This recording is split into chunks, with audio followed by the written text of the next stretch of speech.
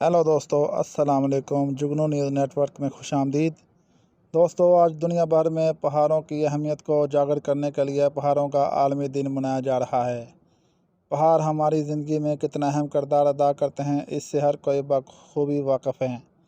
जंगलात की परवरिश हो या बर्फ़बारी, दोनों हमारे फ़ायदे के लिए हैं। दुनिया की दूसरी बुलंद तरीन चोटी केटू को पाकिस्तान की पहली बुलंद तरीन चोटी होने का एजाज़ हासिल है। दुनिया की 24 बड़ी चोटियों में से 8 का ताल्लुक भी पाकिस्तान के सूबे गिलगित बल्तिस्तान से है। पहाड़ों की सरजमीन गिलगित बल्तिस्तान, जहां 8,611 मीटर की बुलंदी पर मौजूद दुनिया की दूसरी बुलंद तरीन चोटी केटू अपने वजूद का जादू जगाए मौजूद है। दुनिया भर के क्लाइंबर्स को दावत नज़ारा देती है।